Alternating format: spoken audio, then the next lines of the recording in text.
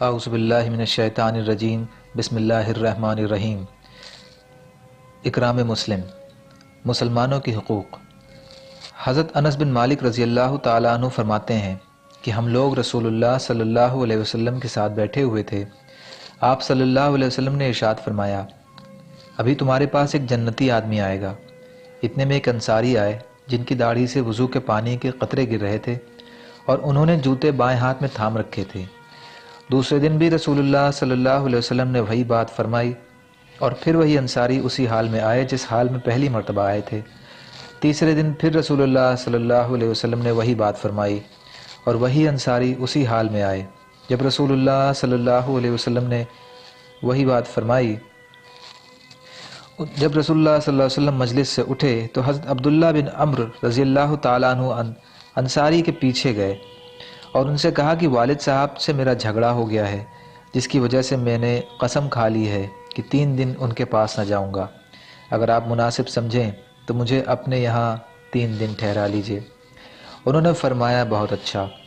حضرت انس رضی اللہ تعالیٰ عنہ فرماتے ہیں کہ حضرت عبداللہ رضی اللہ تعالیٰ عنہ بیان کرتے ہیں کہ میں نے ان کے پاس 3 راتیں گزاریں۔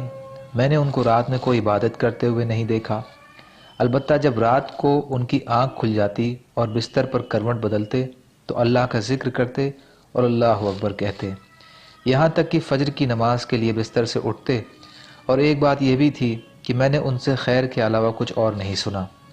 جب 3 راتیں گزر گئیں اور ان کے عمل کو معمولی ہی سمجھ رہا تھا اور میں حیران تھا کہ رسول اللہ صلی اللہ علیہ وسلم نے ان کے لیے بشارت تو اتنی بڑی دی اور ان کا کوئی خاص عمل تو ہے نہیں، تو میں نے ان سے کہا، اے اللہ کے بندے، میرے اور میرے باپ کے درمیان نہ کوئی ناراضگی ہوئی ہے اور نہ کوئی جدائی، لیکن قصہ یہ ہوا کہ میں نے رسول اللہ صلی اللہ علیہ وسلم کو آپ کے بارے میں 3 مرتبہ یہ ارشاد فرماتے ہوئے سنا کہ ابھی تمہارے پاس ایک جنتی آدمی آنے والا ہے، اور تینوں مرتبہ آپ ہی آئے۔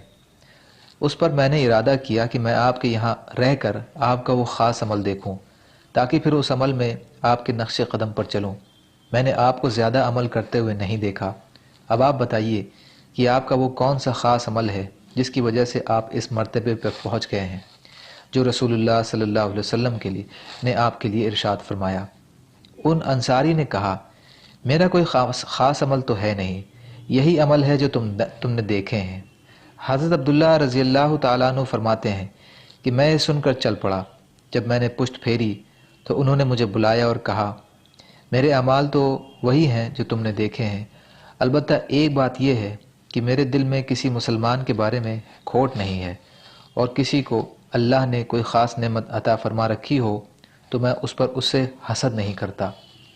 حضرت عبداللہ رضی اللہ تعالیٰ عنہ نے فرمایا کہ یہی وہ عمل ہے جس کی وجہ سے تم اس مرتبے پر پہنچے، اور یہ ایسا عمل ہے جس کو ہم نہیں کر سکتے۔ مسند احمد، بزار، مجمع الزوائد۔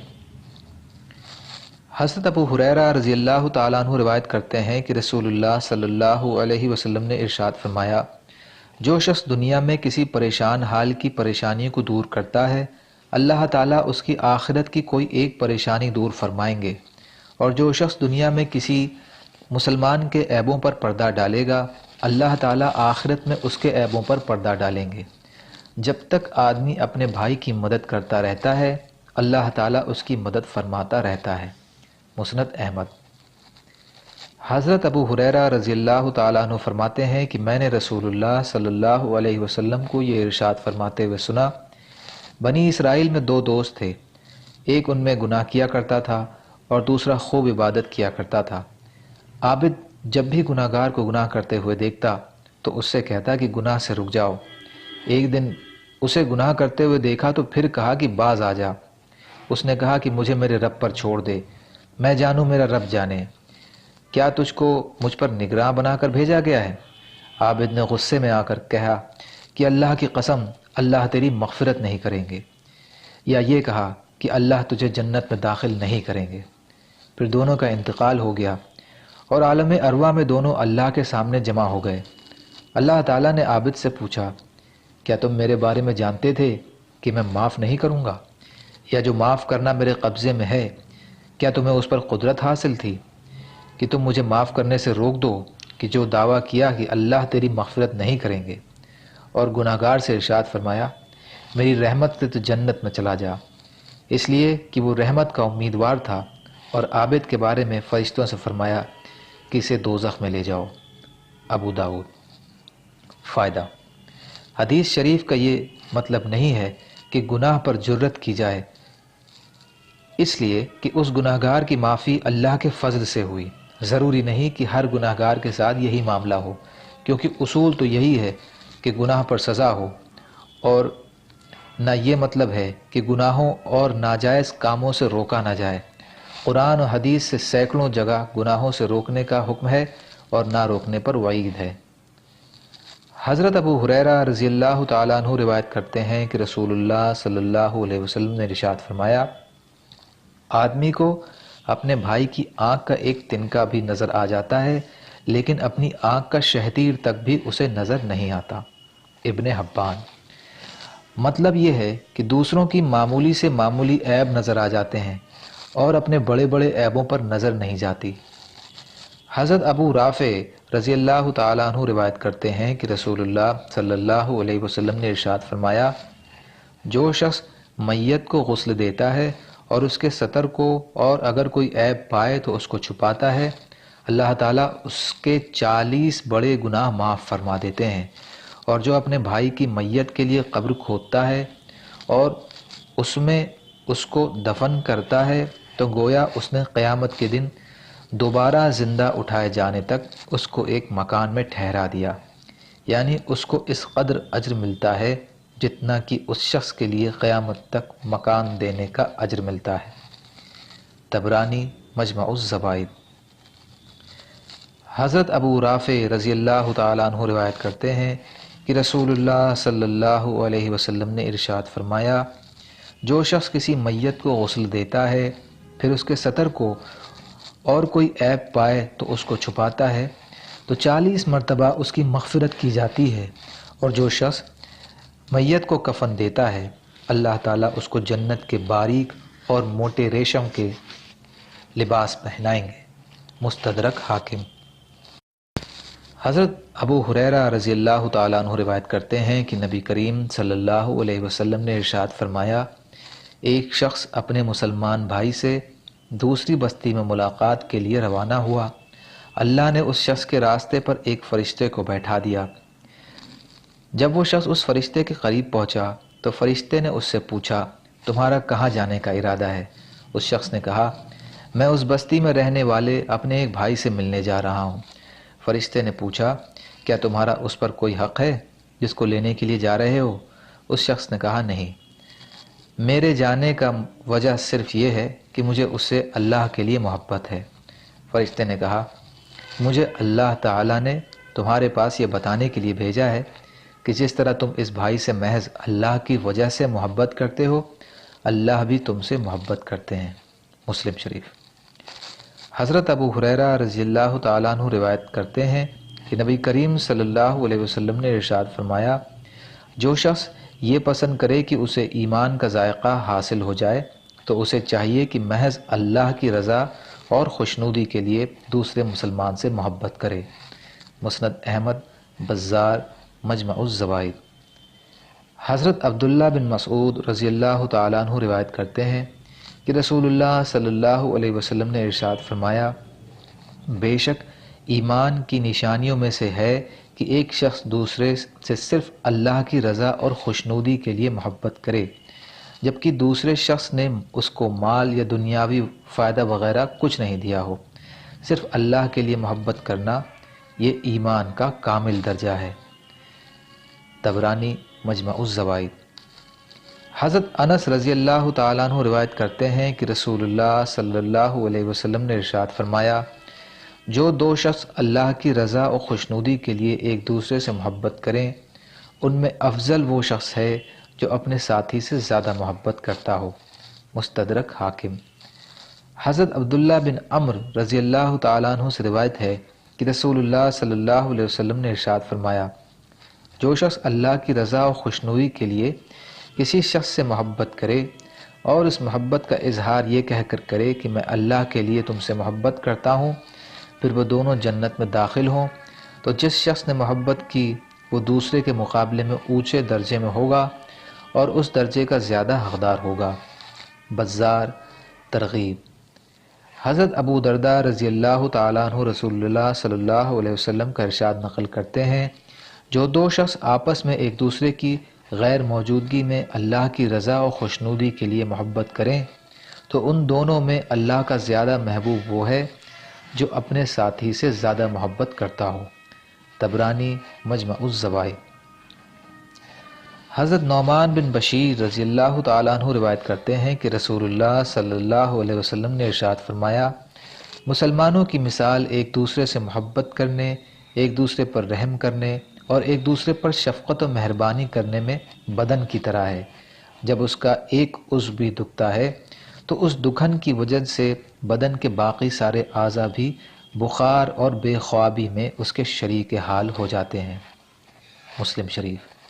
حضرت معاذ رضی اللہ تعالیٰ عنہ روایت فرماتے ہیں کہ میں نے رسول اللہ صلی اللہ علیہ وسلم کو یہ ارشاد فرماتے ہوئے سنا، اللہ کی رضا اور خوشنودی کے لیے آپس میں ایک دوسرے سے محبت کرنے والے عرش کے سائے میں ہوں گے، جس دن عرش کے سائے کے علاوہ کوئی اور سایہ نہیں ہوگا۔ انبیاء اور شہداء ان کے خاص مرتبہ اور مقام کی وجہ سے ان پر رشک کریں گے۔ ابن حبان۔ حضرت عبادہ بن ثامت رضی اللہ تعالیٰ عنہ رسول اللہ صلی اللہ علیہ وسلم سے حدیث قدسی میں اللہ کا یہ ارشاد نقل فرماتے ہیں، میری محبت ان لوگوں کے لیے واجب ہے جو میری وجہ سے ایک دوسرے سے محبت رکھتے ہیں۔ میری محبت ان لوگوں کے لیے واجب ہے جو میری وجہ سے ایک دوسرے کی خیر خواہی کرتے ہیں۔ میری محبت ان لوگوں کے لیے واجب ہے جو میری وجہ سے ایک دوسرے سے ملاقات کرتے ہیں، اور میری محبت ان لوگوں کے لیے واجب ہے جو میری وجہ سے ایک دوسرے پر خرچ کرتے ہیں۔ وہ نور کے ممبروں پر ہوں گے، ان کے خاص مرتبہ کی وجہ سے انبیاء اور صدیقین ان پر رشک کریں گے۔ ابن حبان۔ حضرت عبادہ بن صامت رضی اللہ عنہ کی روایت میں ہے کہ میری محبت ان لوگوں کے لیے واجب ہے جو میری وجہ سے ایک دوسرے سے تعلق رکھتے ہیں۔ مسند احمد۔ حضرت معاذ بن جبل رضی اللہ عنہ کی روایت میں ہے کہ میری محبت ان لوگوں کے لیے واجب ہے جو میری وجہ سے ایک دوسرے کے ساتھ بیٹھتے ہیں۔ معطا امام مالک۔ حضرت عمرو بن ابسہ رضی اللہ عنہ کی روایت میں ہے کہ میری محبت ان لوگوں کے لیے واجب ہے جو میری وجہ سے ایک دوسرے سے دوستی رکھتے ہیں۔ طبرانی مجمع الزوائد۔ حضرت معاذ بن جبل رضی اللہ تعالیٰ عنہ فرماتے ہیں کہ میں نے رسول اللہ صلی اللہ علیہ وسلم کو یہ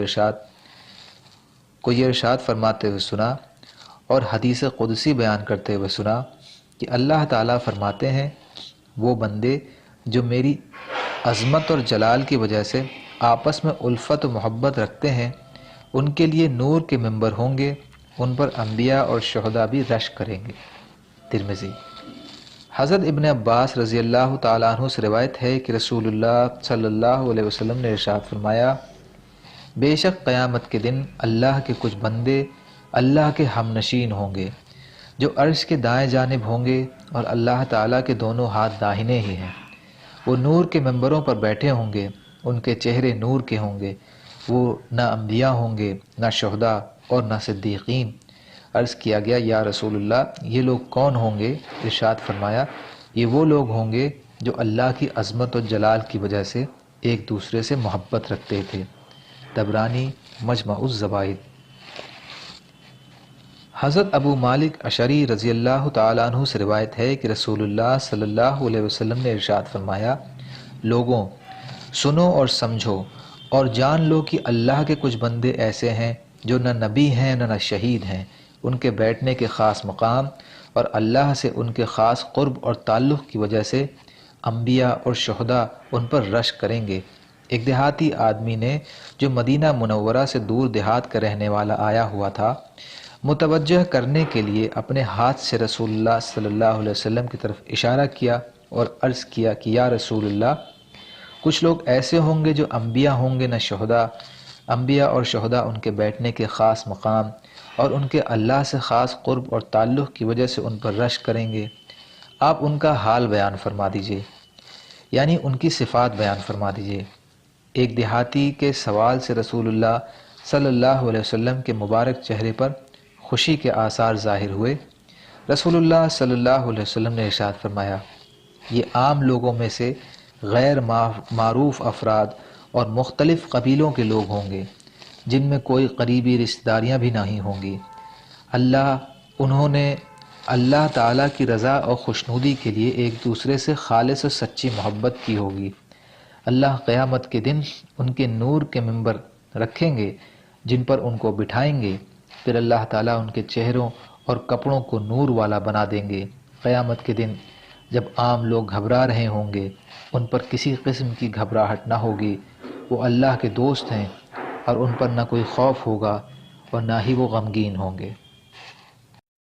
مسند احمد۔ حضرت عبداللہ بن مسعود رضی اللہ تعالیٰ عنہ فرماتے ہیں کہ ایک شخص رسول اللہ صلی اللہ علیہ وسلم کی خدمت میں حاضر ہوئے اور عرض کیا، یا رسول اللہ، آپ کا اس شخص کے بارے میں کیا خیال ہے جس کو ایک جماعت سے محبت ہے لیکن وہ ان کے ساتھ نہیں ہو سکا، یعنی عمل اور حسنات میں بالکل ان کے قدم بقدم نہ ہو سکا۔ آپ صلی اللہ علیہ وسلم نے ارشاد فرمایا، جو آدمی جس سے محبت رکھتا ہے اس کے ساتھ ہی ہوگا، یعنی آخرت میں اس کے ساتھ کر دیا جائے گا۔ بخاری۔ حضرت ابو امامہ رضی اللہ تعالیٰ عنہ روایت کرتے ہیں کہ رسول اللہ صلی اللہ علیہ وسلم نے ارشاد فرمایا، جس بندے نے اللہ کے لیے کسی بندے سے محبت کی، اس نے اپنے رب ذوالجلال کی تعظیم کی۔ مسند احمد۔ حضرت ابو ذر رضی اللہ تعالیٰ عنہ روایت کرتے ہیں کہ رسول اللہ صلی اللہ علیہ وسلم نے ارشاد فرمایا، سب سے افضل عمل اللہ کے لیے کسی سے محبت کرنا اور اللہ ہی کے لیے کسی سے دشمنی کرنا ہے۔ ابو داؤد۔ حضرت انس رضی اللہ تعالیٰ عنہ سے روایت ہے کہ رسول اللہ صلی اللہ علیہ وسلم نے ارشاد فرمایا، جو بندہ اپنے مسلمان بھائی سے اللہ کی رضا کی خاطر ملاقات کے لیے آتا ہے تو آسمان سے ایک فرشتہ اس کو پکار کر کہتا ہے، تم خوشحالی کی زندگی بسر کرو، تمہیں جنت مبارک ہو، اور اللہ تعالیٰ عرش والے فرشتے سے فرماتے ہیں، میرے بندے نے میری خاطر ملاقات کی، میرے ذمے اس کی مہمانی ہے، اور وہ یہ ہے کہ اللہ اسے بدلے میں جنت سے کم نہیں دیں۔ بزار، ابو یعلا، ترغیب۔ حضرت زید بن ارقم رضی اللہ تعالیٰ عنہ سے روایت ہے کہ نبی کریم صلی اللہ علیہ وسلم نے ارشاد فرمایا، جب آدمی نے اپنے بھائی سے کوئی وعدہ کیا اور اس کی نیت اس وعدہ کو پورا کرنے کی تھی لیکن وہ پورا نہ کر سکا اور وقت پر نہ آ سکا تو اس پر کوئی گناہ نہیں ہے۔ ابو داؤد۔ حضرت ابو ہریرہ رضی اللہ تعالیٰ عنہ روایت کرتے ہیں کہ رسول اللہ صلی اللہ علیہ وسلم نے ارشاد فرمایا، جس سے کسی معاملے میں مشورہ کیا جائے اس معاملے میں اس پر بھروسہ کیا گیا ہے، لہٰذا اسے چاہیے کہ مشورہ لینے والے کا راز ظاہر نہ کرے اور وہی مشورہ دے جو مشورہ لینے والے کے لیے زیادہ مفید ہو۔ ترمذی۔ حضرت جابر بن عبداللہ رضی اللہ تعالیٰ عنہ روایت کرتے ہیں کہ رسول اللہ صلی اللہ علیہ وسلم نے ارشاد فرمایا، جب کوئی شخص اپنی کوئی بات کہے اور پھر ادھر ادھر دیکھے تو وہ بات امانت ہے۔ ابو داؤد۔ فائدہ: مطلب یہ ہے کہ اگر کوئی شخص تم سے کوئی بات کرے اور وہ تم سے وہ نہ کہے کہ اس کو راز میں رکھنا، لیکن اگر اس کے کسی انداز سے تمہیں یہ محسوس ہو کہ وہ یہ نہیں چاہتا کہ اس کی یہ بات کسی کے علم میں آئے، مثلا بات کرتے ہوئے ادھر ادھر دیکھنا وغیرہ، تو اس کی یہ بات امانت ہی ہے اور امانت ہی کی طرح تمہیں اس کی حفاظت کرنی چاہیے۔ معارف الحدیث۔ حضرت ابو موسیٰ اشعری رضی اللہ تعالیٰ عنہ رسول اللہ صلی اللہ علیہ وسلم کا ارشاد نقل کرتے ہیں کہ ان کے کبیرہ گناہوں، شرک، زنا وغیرہ کے بعد جن سے اللہ نے سختی سے منع فرمایا ہے، وہ سب سے بڑا گناہ یہ ہے کہ آدمی اس حال میں مرے کہ اس پر قرض ہو اور اس نے ادائیگی کا انتظام نہ کیا ہو۔ ابو داؤد۔ حضرت ابو ہریرہ رضی اللہ تعالیٰ عنہ سے روایت ہے کہ رسول اللہ صلی اللہ علیہ وسلم نے ارشاد فرمایا، مومن کی روح اس کے قرض کی وجہ سے لٹکتی رہتی ہے، راحت و رحمت کی اس منزل تک نہیں پہنچتی جس کا نیک لوگوں سے وعدہ ہے، جب تک کہ اس کا قرضہ ادا نہ کر دیا جائے۔ ترمذی۔ حضرت عبداللہ بن عمرو بن عاص رضی اللہ تعالیٰ عنہ سے روایت ہے کہ رسول اللہ صلی اللہ علیہ وسلم نے ارشاد فرمایا، قرض کے علاوہ شہید کے سارے گناہ معاف کر دیے جائیں گے۔ مسلم۔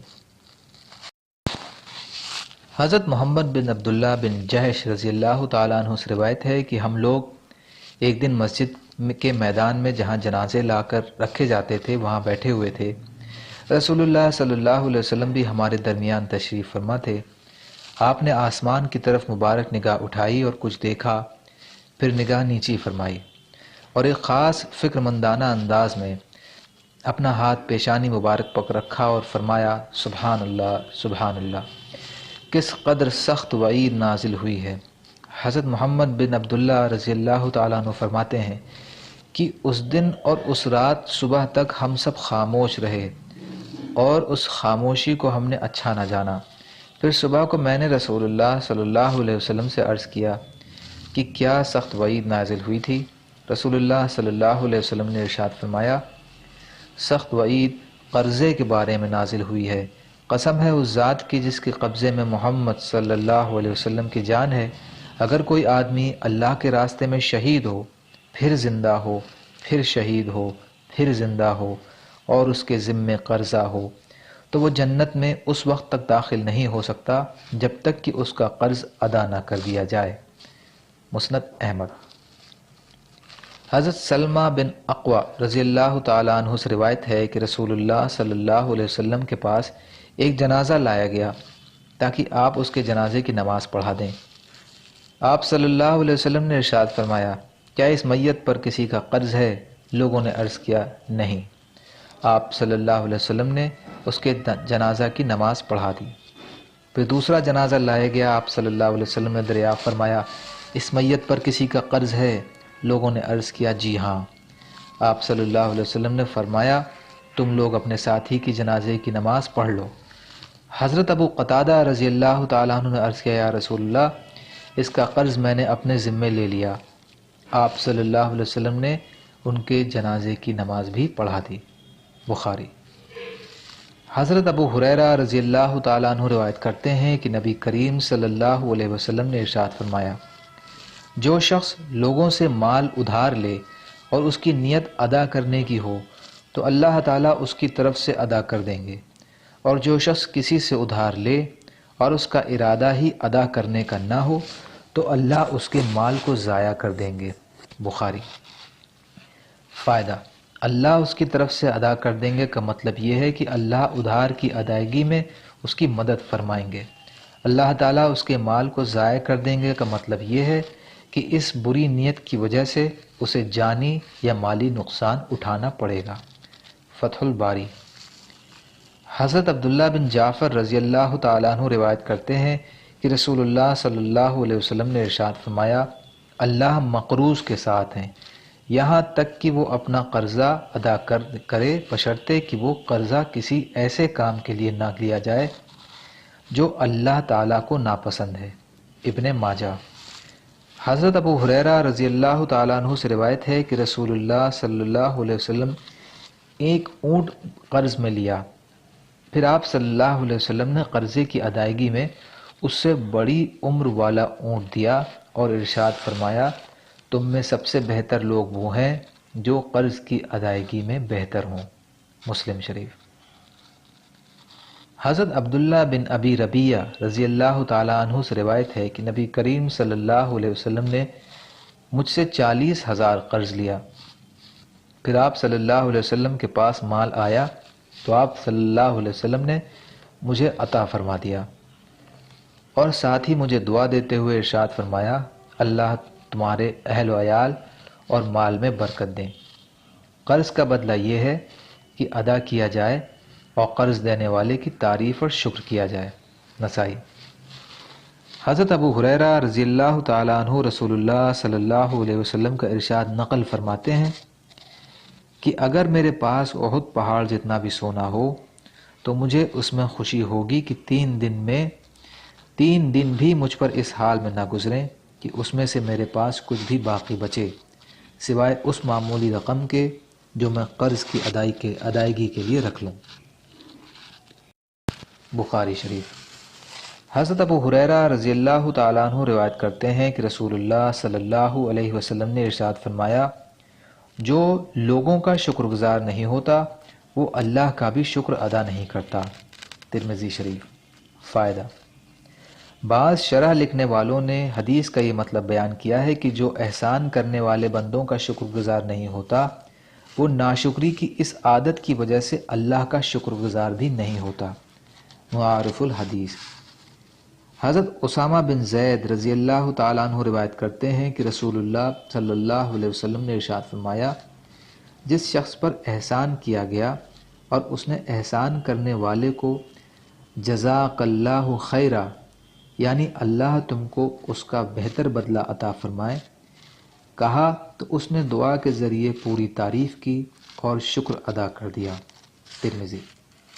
فائدہ: ان لفظوں میں دعا کرنا گویا اس بات کا اظہار کرنا ہے کہ میں اس کا بدلہ دینے سے عاجز ہوں، اس لیے میں اللہ سے دعا کرتا ہوں کہ وہ تمہارے اس احسان کا بہتر بدلہ عطا فرمائے۔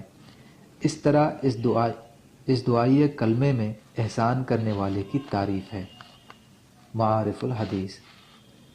حضرت انس رضی اللہ تعالیٰ عنہ سے روایت ہے کہ جب نبی صلی اللہ علیہ وسلم ہجرت کر کے مدینہ منورہ تشریف لائے تو ایک دن مہاجرین نے رسول اللہ صلی اللہ علیہ وسلم کی خدمت میں حاضر ہو کر عرض کیا، یا رسول اللہ، جن کے پاس ہم آئے ہیں ہم نے ان جیسے لوگ نہیں دیکھے، یعنی مدینہ کے انصار کی اگر ان کے پاس فراخی ہو تو خوب خرچ کرتے ہیں، اگر کمی ہو تو بھی ہماری غمخواری اور مدد کرتے ہیں۔ انہوں نے محنت و مشقت کا ہمارا حصہ تو اپنے ذمے لے لیا ہے اور نفع میں ہم کو شریک کر لیا ہے۔ ان کے اس غیر معمولی ایثار سے ہم کو اندیشہ ہے کہ سارا اجر و ثواب انہی کے حصے میں آ جائے گا اور آخرت میں ہم خالی ہاتھ ہو جائیں گے۔ آپ صلی اللہ علیہ وسلم نے ارشاد فرمایا، نہیں، ایسا نہیں ہوگا جب تک اس احسان کے بدلے میں تم ان کے لیے دعا کرتے رہو گے اور ان کی تعریف یعنی ان کا شکریہ ادا کرتے رہو گے۔ ترمذی شریف۔ حضرت ابو ہریرہ رضی اللہ تعالیٰ عنہ سے روایت ہے کہ رسول اللہ صلی اللہ علیہ وسلم نے ارشاد فرمایا، جس کو ہدیے کے طور پر خوشبودار پھول پیش کیا جائے تو اسے چاہیے کہ وہ اسے رد نہ کرے، کیونکہ وہ بہت ہلکی اور کم قیمت چیز ہے اور اس کی خوشبو بھی اچھی ہوتی ہے۔ مسلم شریف۔ فائدہ: پھول جیسی کم قیمت چیز قبول کرنے سے اگر انکار کیا جائے تو اس کا بھی اندیشہ ہے کہ پیش کرنے والے کو خیال ہو کہ میری چیز کم قیمت ہونے کی وجہ سے قبول نہیں کی گئی اور اس سے اس کی دل شکنی ہوگی۔ معارف الحدیث۔ حضرت عبداللہ بن عمر رضی اللہ تعالیٰ عنہ روایت کرتے ہیں کہ رسول اللہ صلی اللہ علیہ وسلم نے ارشاد فرمایا، 3 چیزوں کو رد نہیں کرنا چاہیے: تکیہ، خوشبو اور دودھ۔ 3 چیزوں کو رد نہیں کرنا چاہیے: تکیہ، خوشبو اور دودھ۔ ترمذی شریف۔ حضرت ابو امامہ رضی اللہ تعالیٰ عنہ سے روایت ہے کہ نبی کریم صلی اللہ علیہ وسلم نے ارشاد فرمایا، جس نے اپنے مسلمان بھائی کے لیے کسی معاملے میں سفارش کی، پھر اگر اس شخص نے اس سفارش کرنے والے کو سفارش کے عوض میں کوئی ہدیہ پیش کیا اور اس نے وہ ہدیہ قبول کر لیا تو یہ سود کے دروازے میں سے ایک بڑے دروازے میں داخل ہو گیا۔ ابو داؤد۔ فائدہ: اس کو سود اس اعتبار سے فرمایا گیا ہے کہ وہ سفارش کرنے والے کو بغیر کسی عوض کے حاصل ہوا ہے۔ مظاہر حق۔ سبحان اللہ و بحمدہ، سبحانک اللہم و بحمدک، اشہد ان لا الہ الا انت، استغفرک و اتوب الیک۔ سبحانک رب العزت عما یصفون وسلام علی المرسلین والحمد للہ رب العالمین برحمتک یا ارحم الراحمین۔ لا الہ الا اللہ محمد رسول اللہ۔